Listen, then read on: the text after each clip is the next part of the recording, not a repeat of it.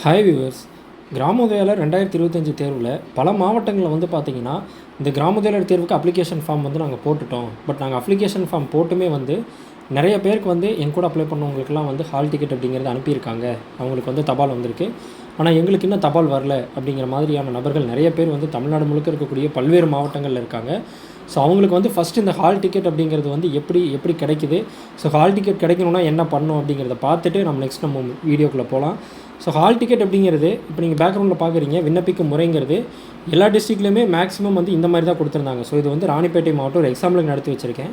So Ranipet மாவட்டத்தில் வந்து பார்த்திங்கன்னா, அவங்க என்னென்ன டாக்குமெண்ட்ஸ் கேட்டாங்களோ அந்த டாக்குமெண்ட்ஸ் எல்லாமே வந்து பார்த்திங்கன்னா சம்மந்தப்பட்ட அந்த ஒரு வருவாய் மாவட்ட அதிகாரி, ஃபார் எக்ஸாம்பிள் இது வருவாய் ஆட்சியர், வட்டாட்சியர் அலுவலகம், அரக்கோணம் மட்டம், ராணிப்பேட்டை மாவட்டம், இப்படி ஒரு அட்ரஸ் கொடுத்து இந்த அட்ரஸ்க்கு வந்து பார்த்திங்கன்னா அந்த டேட்குள்ளே வந்து அனுப்ப சொல்லியிருக்காங்க. தபால் மூலமாக அனுப்பப்பட வேண்டும் அப்படின்னு சொல்லியிருக்காங்க.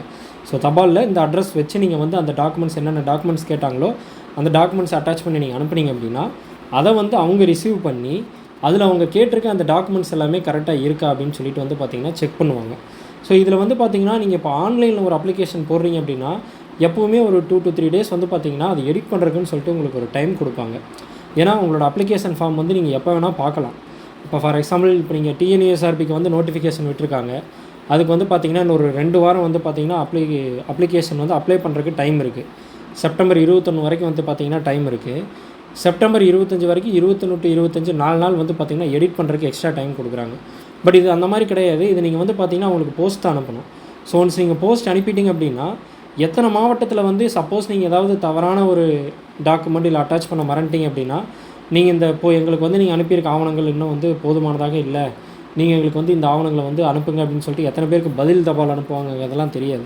ஸோ இதில் யார் ஃபார் எக்ஸாம்பிள் இப்போ ஒரே ஒரு வேக்கண்ட் தான் இருக்குது.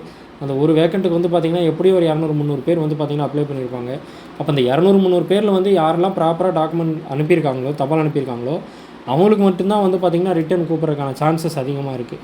ஸோ அதனால் வந்து பார்த்திங்கன்னா இது வரைக்கும் வராதவங்க இப்போ இங்கே ஒரு அட்ரஸ் கொடுத்துருக்காங்க இல்லையா, வருவாய் வட்டாட்சியர் அலுவலகம், அரக்கோணம் மட்டம். ஸோ இது எங்கே போவோம், வட்டாட்சியர் அலுவலகத்துக்கு போகுது. அப்போ உங்களுக்கு ஏதாவது டவுட்ஸ் இன்னும் அது வரல, நிறைய பேருக்கு வந்துருச்சு எனக்கு வரல அப்படின்னா ஒன்று நீங்கள் இந்த மாதிரி வந்து இது ஒரு எக்ஸாம்பிளுக்கு சொல்கிறேன், இந்த மாதிரி எல்லா மாவட்டத்துலேயுமே வந்து எந்தெந்த அட்ரஸ்க்கு நீங்கள் போஸ்ட் அனுப்பணும் அப்படிங்கிற அந்த ஒரு ஆப்ஷன் வந்து பார்த்திங்கன்னா கொடுத்துருப்பாங்க. ஸோ நீங்கள் அந்த ஒரு ஆஃபீஸ் போய் நீங்கள் செக் பண்ணிங்க அப்படின்னா அவங்க எக்ஸ்ட்ரா டீட்டெயில்ஸ் வந்து சொல்லுவாங்க. ஸோ வட்டாட்சியர் அலுவலகத்தில் வந்து பார்த்திங்கன்னா நீங்கள் இது சம்மந்தப்பட்ட எந்த ஒரு தகவலாக இருந்தாலும் போய் தெரிஞ்சுக்கலாம். இந்த மாதிரி நீங்கள் அப்ளை பண்ணியிருக்கீங்க, உங்களுக்கு இன்னும் ஹால் டிக்கெட் வரல அப்படின்னா அந்த சம்மந்தப்பட்ட ஆஃபீஸ் போய் நீங்கள் ரீச் அவுட் பண்ணி கேட்கலாம். இல்லைனா அந்த போஸ்ட் ஆஃபீஸ் போயிட்டு ஏதாவது அட்ரஸ் மேபி ஏதாவது 1-2 பிரிண்டிங்கில் ஏதாவது மிஸ்டேக் ஆகி வேறு பக்கம் போயிருக்கா தபால். ஒரு சில டைம் வந்து பார்த்திங்கன்னா போஸ்ட் ஆஃபீஸ்லேயே வந்து பார்த்திங்கன்னா இருக்கும், எடுத்துகிட்டு போகாமல் அட்ரஸ் எதுன்னு தெரியாமல் வச்சுருப்பாங்க, இல்லைனா ரிட்டன் போயிடும். ஸோ அந்த மாதிரி இருக்கிறதெல்லாம் நீங்கள் போஸ்ட் ஆஃபீஸ் போய் வந்து பார்த்திங்கன்னா செக் பண்ணி பார்க்கலாம். ஸோ இதுதான் வந்து பார்த்திங்கன்னா ஹால் டிக்கெட் வாங்குறதுக்கான சான்சஸ்ஸு. அதுக்கப்புறமா வந்து பார்த்திங்கன்னா நம்ம அந்த கொஸ்டின்ஸ் பற்றி பார்த்துக்கிட்டு இருந்தோம். ஸோ வந்து ப்ரீவியஸ் இயர் கொஸ்டின்ஸ், அதாவது 2022 கால்ஃபர் பண்ணி 23 இது பண்ணி இது பண்ணாங்க, வேக்கண்ட் எல்லாம் ஃபில் பண்ணாங்க. அதுக்கப்புறமா 2024-25 இப்போ ரெக்யூர்மெண்ட் பண்ணி இப்போ வந்து பார்த்திங்கன்னா பல்வேறு மாவட்டங்களில் இந்த கிராம உதவியாளருக்கு உண்டான அந்த தேர்வு அப்படிங்கிறது நடந்துகிட்ருக்கு. ஸோ இந்த 2023 அண்ட் இந்த 24-25 இப்போ வந்து பார்த்திங்கன்னா கேட்டிருக்கக்கூடிய அந்த கொஸ்டின்ஸ் தான் வந்து பார்த்துட்ருக்கோம். மேக்ஸிமம் வந்து பார்த்திங்கன்னா நம்ம கொடுத்துருக்க கொஸ்டினில் இது வரைக்கும் கொடுத்துருந்ததில் நிறைய கொஸ்டின்ஸ் வந்து பார்த்திங்கன்னா கேட்டிருக்காங்க. அண்ட் நம்ம இப்போ இதில் வந்து கன்சாலிடேட் பண்ணி 23, 24, 25 கன்சாலிடேட் பண்ணி இப்போ நம்ம மார்னிங் இதுக்கு முன்னாடி ஒரு வீடியோ போட்டிருந்தோம். அதில் வந்து பார்த்திங்கன்னா 50 கொஸ்டின்ஸ் 5th ஸ்டாண்டர்டுக்குள்ளே கேட்கக்கூடிய மேக்ஸு, சயின்ஸு, தமிழ் எல்லாமே பார்த்துருந்தோம், இங்கிலீஷ் எல்லாமே பார்த்துருந்தோம்.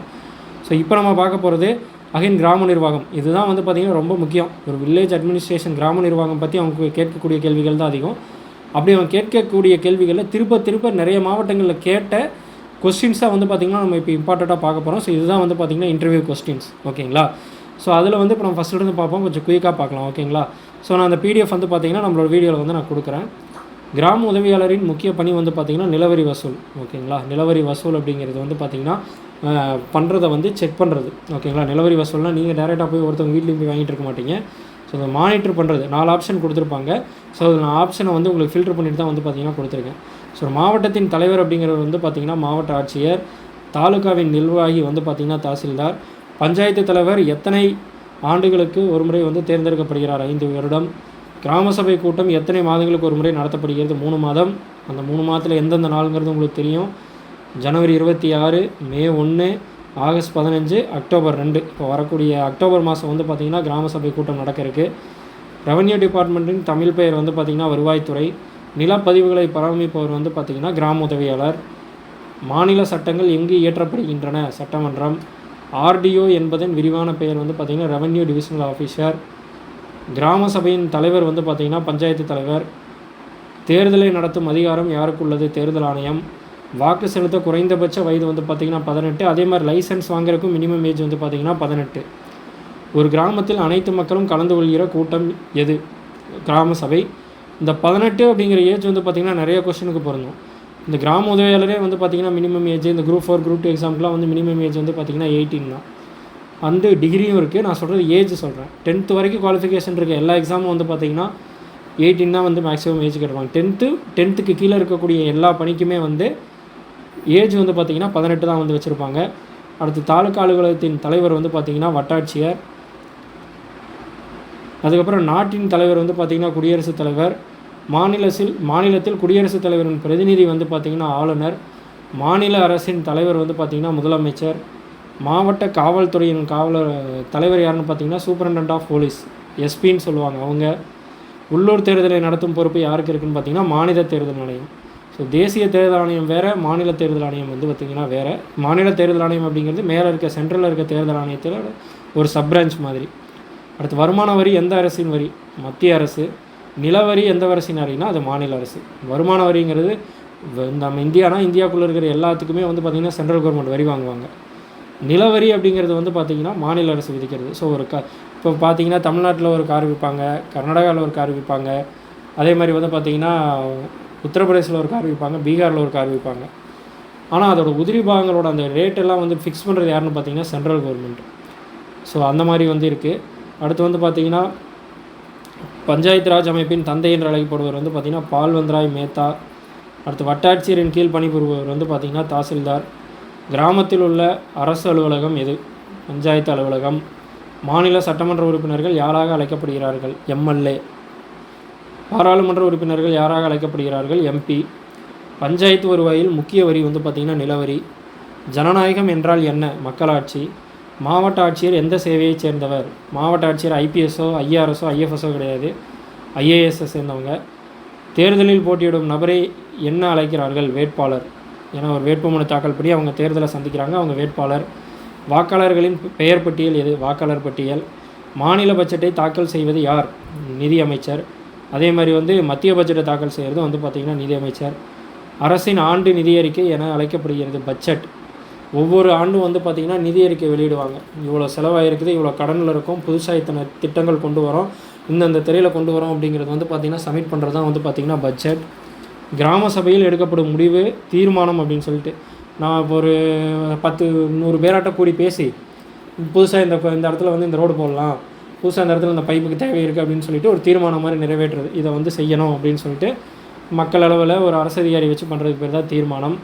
இந்தியாவின் தலைமை தேர்தல் ஆணையர் யார்? Chief election commissioner. கிராமத்தில் அனைவரும் பங்கேற்கும் ஜனநாயக அமைப்பு வந்து பார்த்திங்கன்னா கிராம சபை. மாவட்டத்தின் முக்கிய அலுவலகம் வந்து பார்த்திங்கன்னா கலெக்டர் ஆஃபீஸ்.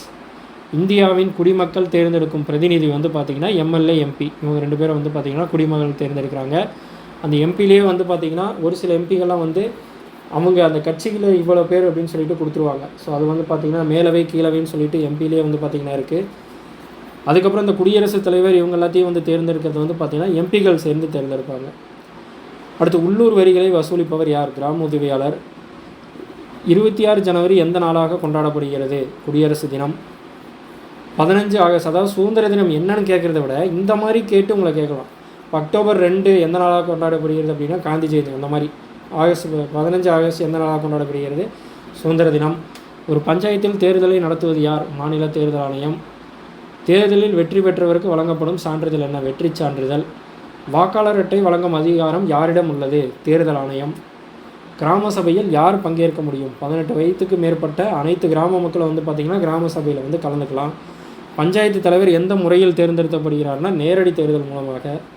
வருவாய்த்துறையின் முக்கிய பணி வந்து பார்த்திங்கன்னா வரி வசூல் மற்றும் நிலப்பதிவுகள் பராமரிப்பு. மாவட்ட ஆட்சியரோட மற்றொரு பெயருங்கிறத விட ஒரு ஆங்கில பெயர் வந்து பார்த்திங்கன்னா கலெக்டர். கிராம உதவியாளர் எந்த துறையின் கீழ் பணிபுரிகிறார்? வருவாய்த்துறை. விவசாயத்துறையோ கல்வித்துறையோ காவல்துறையோ கிடையாது, வருவாய்த்துறை. ஸோ இதுதான் வந்து பார்த்திங்கன்னா அந்த இம்பார்ட்டண்ட்டான 50 கொஸ்டின்ஸு. ஸோ இதை வந்து பார்த்திங்கன்னா தமிழ்நாட்டில் இருக்கக்கூடிய 38 மாவட்டங்களில் ஆல்ரெடி வந்து பார்த்திங்கன்னா கொஞ்சம் ஒரு சில மாற்றங்கள் வந்து பார்த்திங்கன்னா கிராம உதவியாளர் தேர்வு முடிஞ்சிருக்கு. அதுலேயுமே வந்து பார்த்திங்கன்னா அந்த கிராம உதவியாளர் இந்த மாதிரியான கொஸ்டின் தான் கேட்குறாங்க, கிராம நிர்வாகம் சம்மந்தப்பட்ட கேள்விகள். ஸோ இப்போ நம்ம இப்போ பார்த்தது வந்து பார்த்திங்கன்னா ப்ரீவியஸ் இயரோட கொஸ்டினும் கரண்ட் இயரில் இது வரைக்கும் நடந்து முடிஞ்ச கொஸ்டினும் கன்சால்டேட் பண்ணி வந்து பார்த்திங்கன்னா நம்ம இந்த கொஸ்டின்லாம் வரும்னு சொல்லியிருக்கோம். ஸோ கண்டிப்பாக அந்த வீடியோவை வந்து பார்த்துட்டு போங்க. இப்போ மண்டே நாளையிலேருந்து ஃப்ரைடேக்குள்ளே வந்து பார்த்திங்கன்னா நிறைய மாவட்டங்களில் கிராம உதவியாளர் தேர்வு வந்து நடக்க இருக்குது. ஸோ கண்டிப்பாக நீங்கள் இதை பார்த்துட்டு போனீங்க அப்படின்னா உங்களுக்கு வந்து வெற்றி நிச்சயமாக கிடைக்கும். நெக்ஸ்ட்டு வந்து பார்த்திங்கன்னா இன்டர்வியூ ப்ராசஸ்க்கு கூப்பிடுவாங்க. ஸோ இதை நீங்கள் வந்து முக்கியமாக நல்லபடியாக இதை முடிக்கணும். இது முடித்தா தான் வந்து பார்த்திங்கன்னா நெக்ஸ்ட்டு ப்ராசஸ்க்கு போவீங்க. ஸோ இந்த வீடியோவை ஃபுல்லாக பாருங்கள். அண்ட் நம்மளோட ப்ரீவியஸ் வீடியோஸ் பாருங்கள், வித் பிடிஎஃபோட வந்து பார்த்திங்கன்னா கொடுத்துருக்கேன். ஸோ ரொம்பவே உங்களுக்கு யூஸ்ஃபுல்லாக இருக்கும்னு நினைக்கிறேன். ஸோ இந்த வீடியோ உங்கள் ஃப்ரெண்ட்ஸுக்கும் வந்து பார்த்திங்கன்னா ஷேர் பண்ணுங்கள். அண்ட் இது வரைக்கும் நம்ம சேனலை சப்ஸ்கிரைப் பண்ணாதவங்க கண்டிப்பாக நம்மளோட சேனலை சப்ஸ்கிரைப் பண்ணுங்கள்.